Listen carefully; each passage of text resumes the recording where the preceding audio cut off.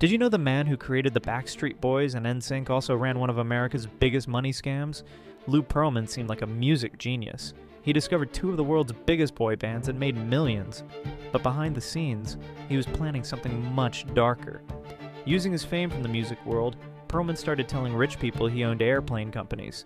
He created fake businesses with names like Transcontinental Airlines that looked real but existed only on paper. He showed investors forged bank statements and fake employee lists. He even used his celebrity connections to make everything seem legitimate. For years, he stole $300 million from trusting victims. But in 2007, his lies finally caught up with him. When people started asking questions, Pearlman panicked and fled to Indonesia. The FBI tracked him down and dragged him back to America. He got 25 years in prison for running one of the longest Ponzi schemes in history. The man who created teen heartthrobs died behind bars, leaving behind hundreds of broken dreams and empty bank accounts.